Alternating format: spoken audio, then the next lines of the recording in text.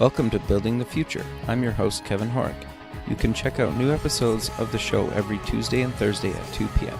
If you missed an episode or want to get more information about the show, please visit buildingthefutureshow.com.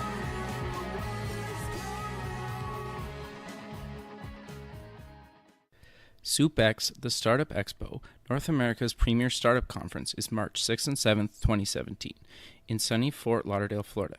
Affordably priced, SoupX is a 2-day international conference featuring workshops, panels, speeches, a $50,000 startup competition, and over 100 exhibitors. For more information, go to sup-x.org. Welcome back to the show. Today we have Tom Hunt. He's the co-founder at AskTina.io. Tom, welcome to the show. Hello, Kevin. I'm very excited to be here. Yeah, I'm excited to have you on the show. I love talking to people kind of all over the world, and I think what you're doing is really cool. You're currently in London, and I'm currently in Canada, and I love how I get to talk to people all over the planet because I do this show. So welcome, Tom. Welcome. It's awesome to be here, and what I really like is that sometimes we do not we get used to these amazing technologies that we have, right? Sure. Like being able to speak to someone with such great audio quality on the other side of the world with no one could have even foreseen that 100 years ago. Totally. Right? And now here we're sitting here discussing awesome things. It is really amazing, and I'm glad that you sort of brought that up to remind us how lucky we are. Totally. Yeah, it's mind-boggling, right? And that's the one thing I love about doing the show is I can have anybody on the show because of technology, and the fact I'm in technology and I love technology. It's a total bonus. But maybe let's kind of start off the show with getting to know you a little bit better and kind of start off with your background. Maybe let's start off with where you grew up. Yeah, sure. So I grew up in a small town in the west of England called Chippenham. Okay. And I guess I did well in school, got into a university in London, which is famed for math and technology. It's called Imperial College of London. So I left home at 18 and moved to London and studied a master's in medicinal chemistry. Okay. What does that actually mean for people that don't really know what that is? So it was really a master's in chemistry, but my final year project was in medicine. So we're trying to create an anti-cancer protein. I didn't manage to create it. However, it was in that final year that I realized that I didn't want to pursue a career in chemistry because I spent 6 months in a laboratory on my own playing with liquids in glass cylinders. So I decided I wanted to do things with people. Okay. However, my choice here, I think, was somewhat flawed. I really, because I didn't know what I wanted to do, I based my decision on what my brother had done, what my mum wanted me to do, and what the rest of my sort of cohort in university were doing, going to work in banking/management consulting. Got you. So I then went to work in a company called Ernst & Young for a year and a half, and then a company called Accenture for a year and a half, where I was really doing project management of outsourcing projects. Okay, got you. And but even the first month joining Ernst & Young, I really realized that this was not something that I actually wanted to do. Okay. But again, I still didn't really know what I wanted to do. So it took me 3 years I guess it was really a journey of discovery, where I spent a lot of time, spending time on the internet, listening to podcasts like this, reading blogs, trying to really understand the internet because I was interested in that, and trying to really understand what else I could be doing with my life. Gotcha. And so I discovered the online marketing world, and I ended up building a business that really played on my strengths from the corporate world, which was project management and outsourcing. So I just basically connected startups in London with a team that I built in the Philippines, where I would go in, look at their processes, and hand some work over to my team in the Philippines. And I was like the middleman. Okay. Yeah. And then at what point did you decide to kind of start up Virtual Valley? Yeah, so Virtual Valley came as I realized when I quit Accenture that I'd just built myself a job. I'd become self-employed, right? I was very involved in every transaction and all the value delivery within that business. So I decided to build a system that I could sit above, where these people could transact on a platform, create and deliver value, and my time wouldn't be directly affected. So I started building Virtual Valley in the middle of 2015, and it launched at the start of 2016. And well, Virtual Valley is just a platform like Upwork or Freelancer, but we had a curated database of just Filipino virtual assistants. Okay. So we launched, and we started to grow. And as we were growing, I was observing the behavior of the entrepreneurs and spending a lot of time on customer live chat. And I realized that entrepreneurs, they really don't like managing or recruiting, and they're not good at managing or recruiting virtual staff. Sure. So this made me think, as I was having a conversation with an advisor about, could we build an administrative black hole where you just chuck in those boring tasks that you hate doing and are forced to do if you're like a sole business owner, and they would just get done for you. You trust that thing or that person, and they would get sent straight back. So here's a really big learning lesson, actually, that I think would be very valuable for the listeners. Is with Virtual Valley, it went from idea to product launch in 6 months. Wow. With Tina, it went from idea to product launched in 3 weeks. Wow. And then within 2 weeks after launching Tina, we had 4 paying customers and interest from a VC company in New York. Interesting. Okay, let's step back a little bit. Okay, so what made you take 6 months for Virtual Valley and 3 weeks for Tina? I get that the products are different, but related at the same time. But what was your reasoning for kind of taking 6 months compared to 3 weeks? Yeah, I think there wasn't a rational reason for it. There's a couple of things going on. First, building an online marketplace is a little bit more complex than the Slack integration that we built. So that's number one, and that's a fair point. Number two is with Virtual Valley, I worked with an outsourced development team who are based in Egypt, who are awesome. I still speak with them now. We don't work together anymore, but I don't think I managed them correctly. Okay. And we didn't have a clear scope defined at the start of the project. Okay. So that's the second thing. But the third thing, the most interesting thing, is my emotional apprehension about launching the platform that kept pushing it back. We could have probably launched something really scrappy 4 months, but then I was like, nope, we need to squash these bugs. We need to get it better. And ultimately, it worked out okay. But in the future, I'm definitely going to take the leaner approach that we did with Tina. Okay. So before we kind of maybe go to Tina, so what you've been growing like crazy, Virtual Valley's growing like crazy. Kind of walk me through kind of exactly what Virtual Valley was doing. Obviously, you kind of covered it briefly, but give me kind of a quick overview of exactly what Virtual Valley is. Yeah, so the value proposition or the tagline on the homepage is hire a awesome virtual assistant in 5 minutes and 7 clicks. Mm-hmm. So any entrepreneur can come on, find someone, hire them through the platform. And once they've been hired, they can then get the contact details of the virtual assistant, move off the platform. But then we still have time tracking software tracking the virtual assistant's activities. Then we have an automatic billing system. So all that time is multiplied by the hourly rate upon hiring, and then that is automatically taken from the client's bank account after it's been approved at the end of the month, with 20% going to the platform and 80% going to the virtual assistant. Got you. Okay, and then how do you guys find kind of virtual assistants? Yeah, so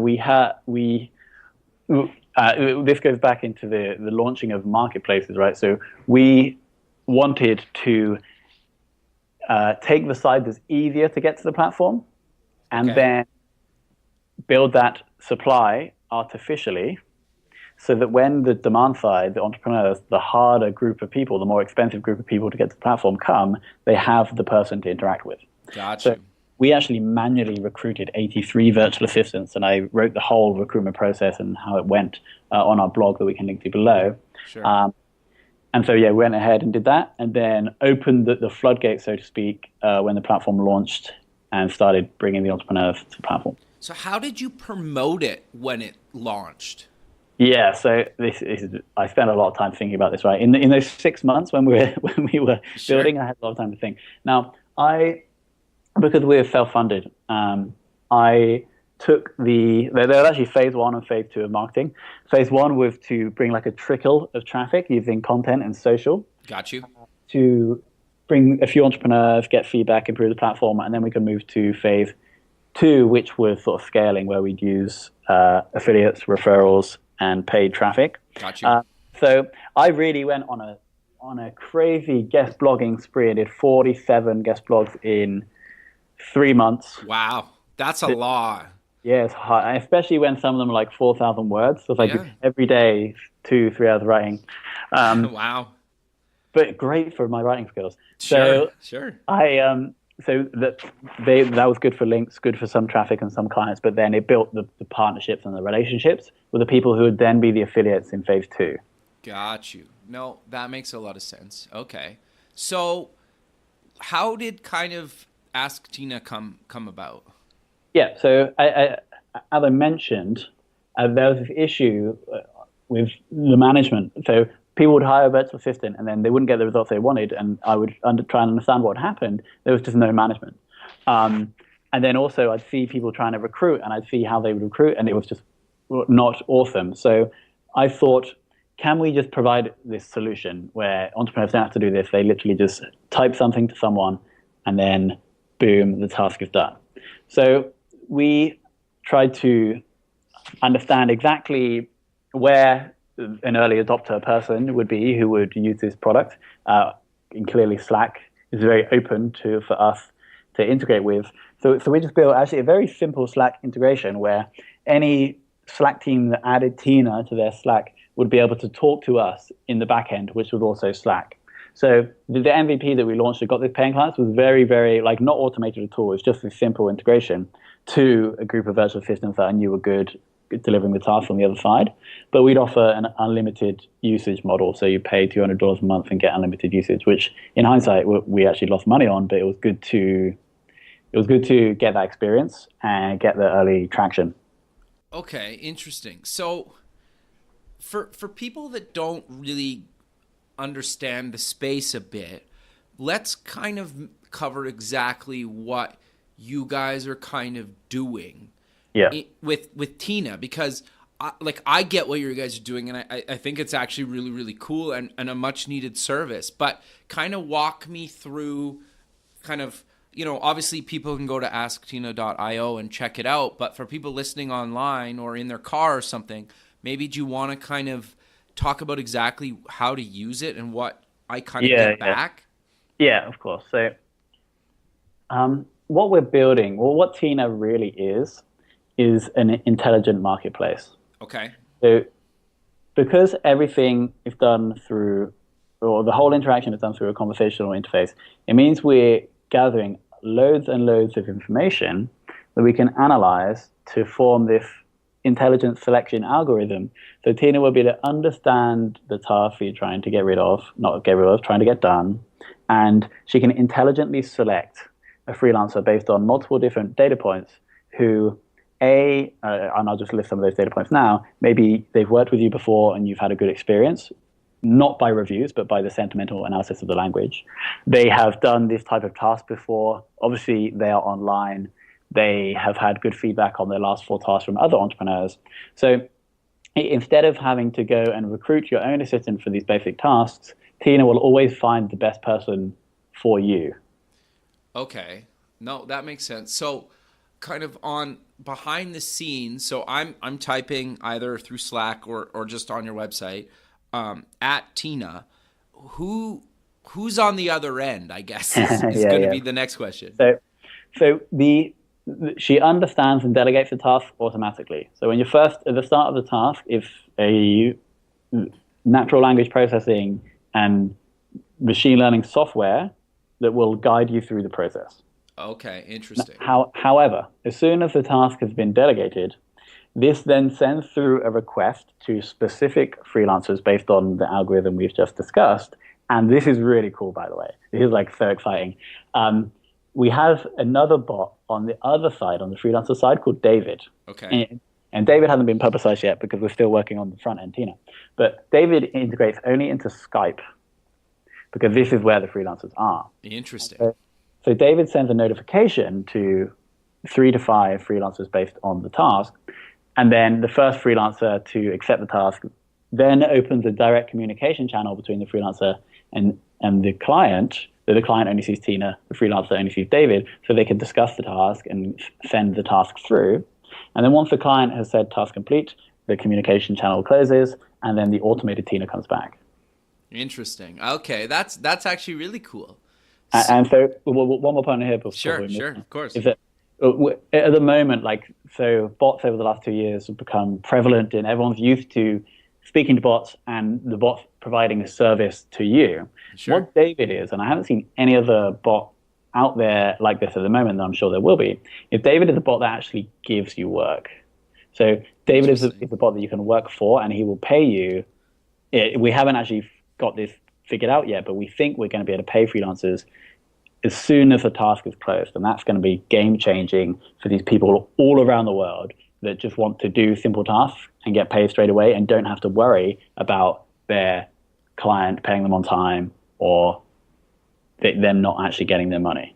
Sure. So I'm curious then, how does it, if I want to sign up to be part of like the freelancing community behind like Ask Tina, how do I go about doing that? Have you guys selected that yet? Is that open to the public?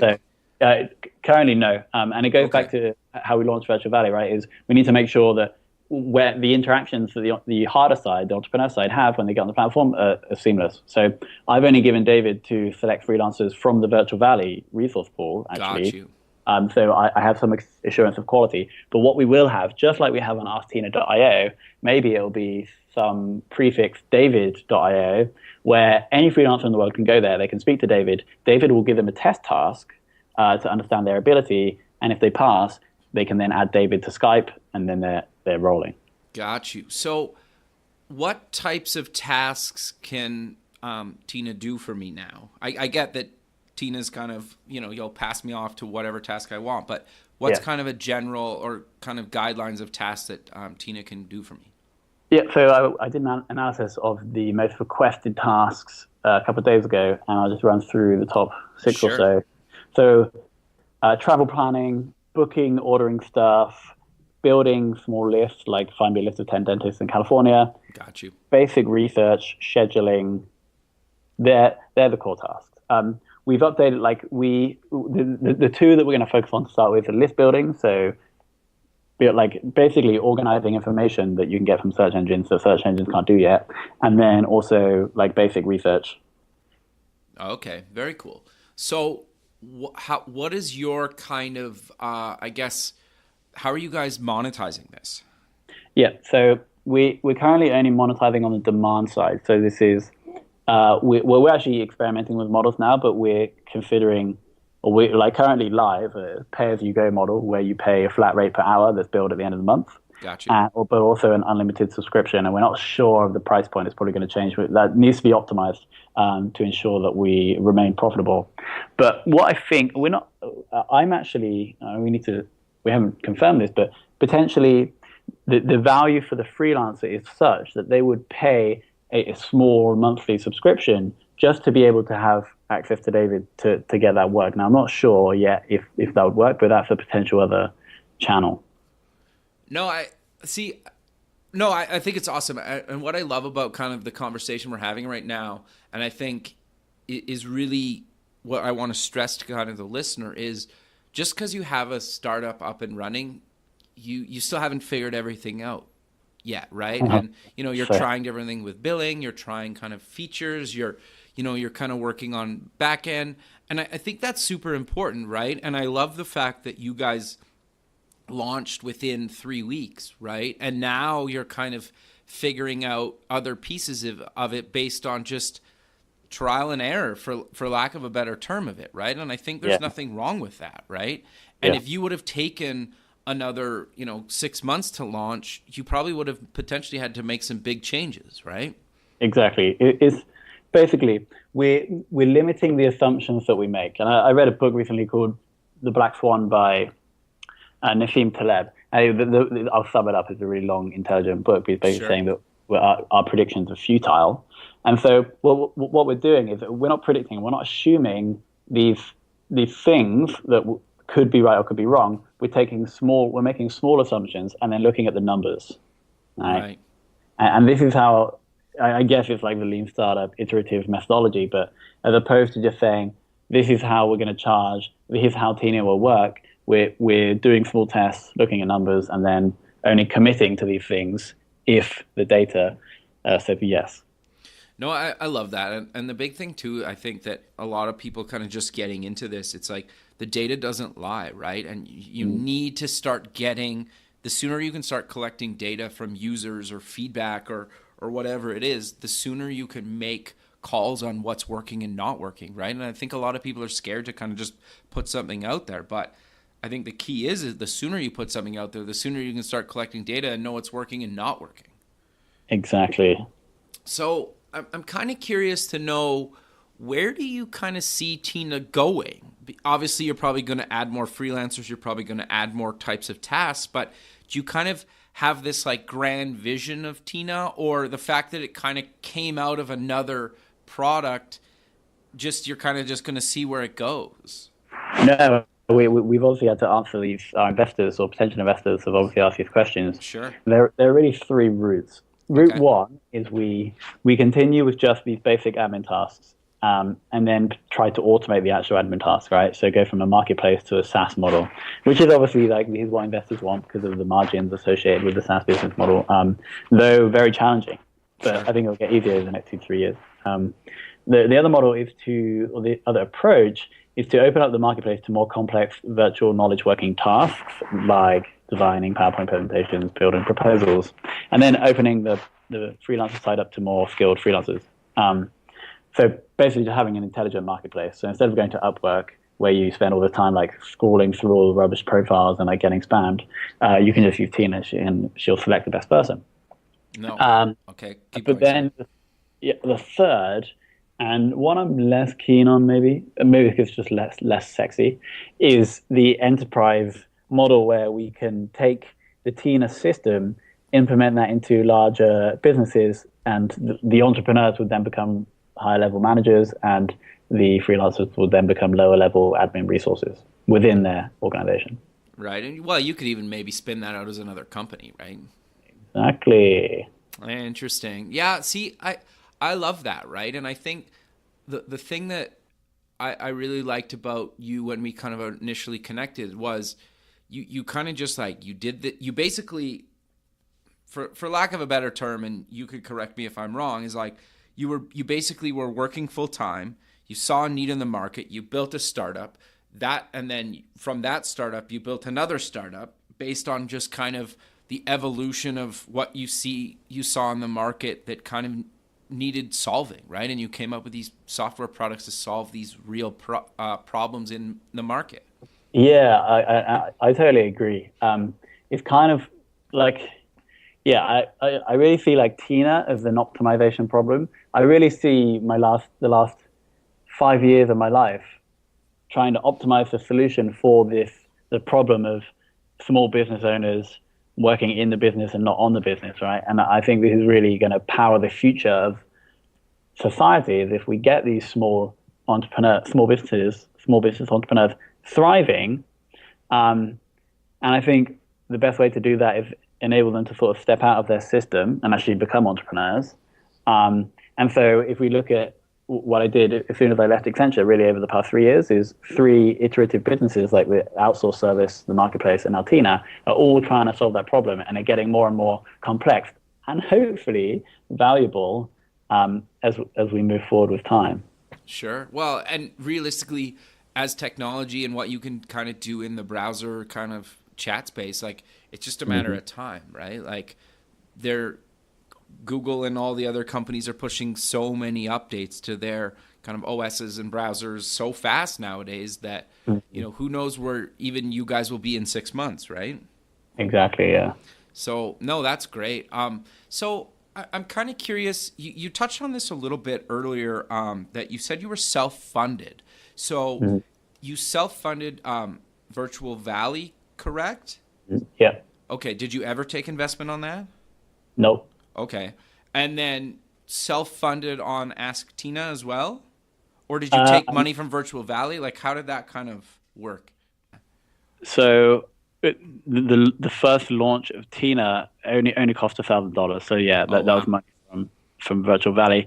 But then since then, me and my co-founder James have been working on other projects as well. I'm still working on Virtual Valley until it's sold next Thursday.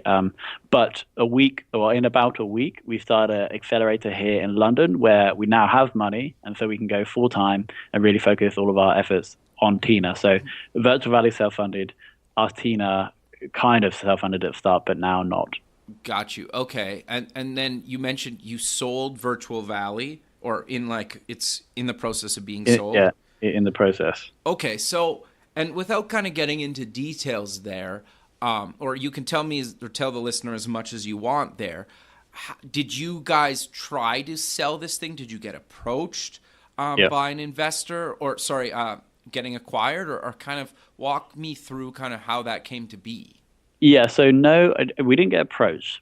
Okay. But because I spent a bit of time learning about how to sell businesses, what I'd really done, even when I started the first outsourced service business, is building relationships with other outsourcing companies in the world. Just like emailing a CEO and saying, do you want to chat? Like, I'm starting something similar. And so I did have these people that I could reach out to and just drop them an email and say, look, this is being sold. Are you interested in talking more? So I had those connections. None of them actually went in to buy Virtual Valley. So the other things I did, I actually cold emailed other Filipino outsourcing companies, one of which we got to the contract stage, but then it fell through. Interesting. But the person who I sold it to eventually actually saw the listing on Flipper. Wow. But then I closed the listing on Flipper because I was going to sell to that Filipino outsourcing company. But then that guy from Flipper got back in touch when he heard that the deal had fallen through. And now we're continuing with that transaction, which is going to be complete next week. Interesting. So for people, what is Flipper for people that don't know what that is? Yeah, so Flipper is a marketplace for buying and selling websites. So if you have a website to sell, you just go up there, you list it, provide loads of information, and then people can bid. Oh, interesting. Okay, very cool. So, well, congrats on the sale, first off. Thank you. So are you going to be part of Virtual Valley continuing? Yeah. Or okay, you will. Yeah. So okay. I've only sold 90%, so I'm still going to have an active role. I'm still going to be creating content, like continuing the journey on the blog and being responsible for building relationships, finding partners, and sort of just being the face. Got you. Okay, so no, I think that's awesome. And then obviously you'll be continuing with Tina and the development and whatnot. Yeah. So I'm curious to know, you have a co-founder with Ask Tina, and I'm always curious to know how you found your co-founder, because I think that can be really, really challenging. Yeah, it definitely can. Because this is a very asked question by all non-technical co-founders, right? Because there's obviously significantly more of these people like myself, right? So, but what I would say, it is not hard to find them. It's hard to convince them to work with you. Okay, interesting. So I'll explain exactly how I found James. I think I was very fortunate. Well, I say I was fortunate, but we'll get onto more of that in a second. Okay. So I just wrote a job description for the CTO / co-founder. We can go into detail on the job description, but it's really like you have to convey your mission, and because that's really what they have to align with if they're going to be a co-founder. They can't be in it for money. They have to be in it for the vision. So the job description was very heavy on the vision, right? And I just posted that on like free startup job boards in the UK and in some Facebook groups for London startups. And then I got an email from James. But that is not the hard part. Like if you write a good job mission and you distribute that, finding people that could be your technical co-founder, like reaching out to people in your network, that's not hard. The hard part is convincing them to work with you, right? Sure. That makes a lot of sense. I say I was lucky finding James in that I just had to spend an hour writing a job description and then post it in a Facebook group and he messaged me. But really, the reason why James, someone of the caliber of James, wanted to work with me is because I spent like 3 years nailing the whole online marketing, getting exposure, getting traffic for startups. Sure. Right. So the advice I would give to any non-technical person trying to find a technical co-founder is actually go and do some stuff to prove that you can do the stuff, right? So that when the technical founder, when you find him, he's like, okay, this guy is for real. He's actually going to do some stuff, and I have a chance of like building something cool that people will actually use. Sure. No, I think that's actually really good advice, because I think most people, whether even technical or non-technical, struggle with actually getting to market. Like, it really doesn't matter if what you build is the best thing ever. If you can't get it in front of people or figure out how to do it, you will never get traffic, right? Exactly. Or you'll get such a tiny amount. And like, I always joke that I think in a lot of cases, and I would put myself in the technical kind of founder category. So, but I think the problem is I think like 80% is figuring out how to get it in front of potential customers, right? And 20% is actually building the product. And it doesn't really matter if it's either the technical founder or the non-technical founder or whoever on the team figures out how to get it in front of people, but that is 80% of the problem. Agree? Disagree? Yeah. I mean, in the early stages, getting your early product in front of people is obviously crucial, because that's how you're going to get the information, the data to build an amazing product, right? Sure. So what I mean, yeah, exactly. So if you think of it from James' point of view, like, he's just like, when I reached out and obviously I linked to Virtual Valley, he could they go to the Virtual Valley blog and see that I podcasted Monday to Friday every day for 6 months, talking about how I showed people Virtual Valley, right? He's like, okay, this guy can actually do it. So yeah, exactly. Prove that you can do that early customer acquisition. Okay, so I'm curious to know, what other things did you do to promote it when you guys were kind of early on? Yeah, so I can list down everything that we've done for Tina. So the version 1, when we launched after 3 weeks, it was just a Reddit. I just basically wrote exactly what we did in 3 weeks, posted it in Reddit/entrepreneurs, and just put one link to Tina, and that drove like 1,700 visits, which was awesome. We got a influencer to post us on Product Hunt. We only got like 70 upvotes, but it still drove some traffic. And then from there, this is really cheeky actually. When you add a bot to your Slack team, you can add a welcome message that was sent to everybody in the team. So kind of like spamming, kind of not, but there's no rules about it at the moment. So we then sent this welcome message that I like perfectly scripted. And then obviously there's a double-sided referral link at the bottom of the welcome message, so that then they could just send it to their friends and they get a couple of free tasks each. Gotcha. So when we got added to a Slack team of 4,000 people, it was I mean, a bit sneaky, and people were very annoyed, but that is really how we got the early information for Tina version 1.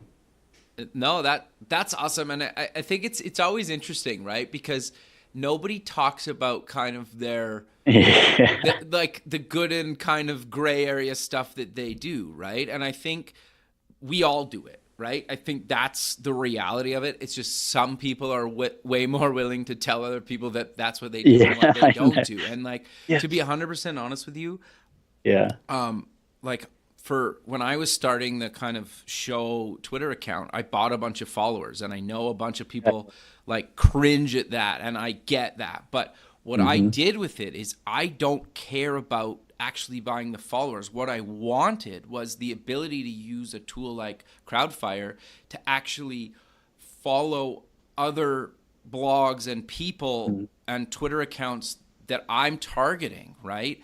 And as those crappy bot followers fall off or get deleted by Twitter, I can actually grow, like, as they drop off, I can actually fill those followers with legitimate followers of people, right? And that promoted the show as a podcast for me really early on, right? And I know people cringe about that, but the thing that's funny is, as I was doing that, you'd find like all the top celebrities and musicians and brands are all doing it. Like, you'd pop up to see like their verified accounts are asking and doing the exact same thing. And I think even Hillary Clinton's campaign got a bunch of people figured out like she bought a bunch of followers for her account. So like Yeah, yeah. all the big media people do it. Like you name the pop star, you name the brand, they're all doing this stuff, doing right? it. And so, and once I figured that out, I was like, well, you know what? I'm going to try and see if it works for me, and it does work for me. So,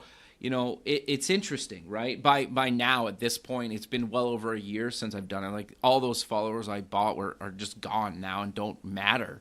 But and I've filled them with legitimate things. But I think it's interesting how you kind of you almost need to be a little bit kind of ballsy and try these things that can potentially get you a lot of good traffic right out of the gate.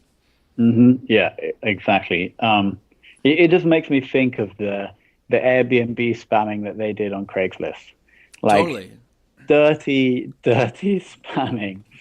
But like it got them through their early growth stage, and now they have an amazing company that's helping loads of people.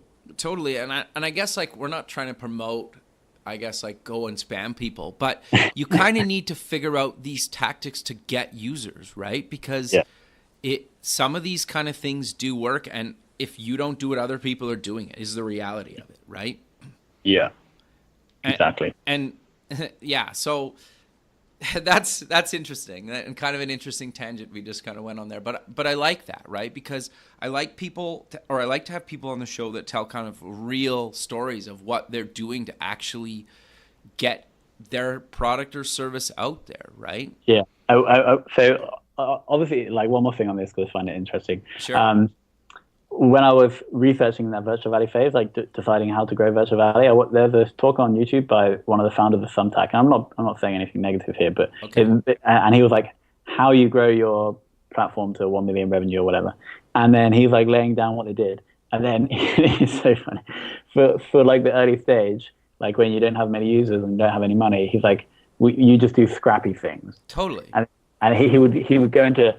He went into no more detail in what scrappy things are. I think someone even asked, and he said no, he can say because they still do some of the stuff now, and they have hundreds of people in the Philippines like doing the stuff. But sure. It's like, yes, this is what you have to do in the early days when you have little money. Oh, totally. And it's interesting. It reminds me of this interview, and I can't remember who it was with, but Kevin Rose he kind of interviews people, or like he video interviews like really well-known people in the Valley. And this one guy basically said when he was first starting out, he literally was in New York City and he wrote to these huge CEOs at companies and like VC firms or something like that. Like he was looking for money, and he basically said to when he was emailing somebody else and saying like, can I get a meeting with you? He literally was like, I have a meeting set up with like your competition, even though he really didn't. So like he did all these like things that some people were like, oh, I would never do that. But so that guy was like, oh, that guy has a meeting with my competition, I got to meet with him, right? And so he ended up getting all these meetings because he came there with no meetings, and he ended up getting all these meetings because he basically had the illusion that other people were meeting with him that were his competition. And I always kind of love that, right? Yeah. So you're right. It's totally like scrappy, and I think that makes a lot of sense. And I think a lot of people are doing that. And if you watch the show, kind of Silicon Valley, like being in that industry and watching that, or being in this industry and watching that show, and how funny it is because that stuff goes on all the time and nobody talks about it. Yeah, like when the episode when they rented the Click Farm in India. Totally. No, it totally. It's hilarious. Or like we always joke here when there's that opening or that ending scene where literally they're doing a live demo and their like servers are actually on fire. Like I think that's just hilarious, right? Yeah. No, that's great. So we're kind of coming to the end of the show, Tom. So let's kind of maybe end the show with mentioning where people can find you guys online and any other kind of social media links you want to mention. Yeah, sure. So, I mean, you can actually go to asktina.io and have a chat with her on the site. Sure. So I'd recommend going there so you can get to know her. If you have any questions for me, you can just go at TomHuntIO. I'm on Twitter quite a lot. And then also Virtual Valley if you want to see the old business and the whole journey of that business. Actually, everything we did is documented on the blog. That's virtualvalley.io. No, that's great, Tom. And I love people like yourself that are willing to kind of tell the good, bad, and other stuff that happens in kind of a startup, right? And kind of how you outline that, and you're willing to share that stuff openly and publicly. Yeah, exactly. Like I just realized just now, I like laid down the roadmap for Tina for the next like 6 months. Yeah, now you're committed. No turning back. Yeah. Yeah. No, it's all good. Exactly. All right, Tom. Well, I really appreciate you taking the time out of your day to be on the show, and I look forward to keeping in touch with you. And who knows, maybe we'll do this again once you start your next venture. Sure. Thank you, Kevin. All right. Thanks, man. Have a good rest of your night. And you. Bye. Okay, bye.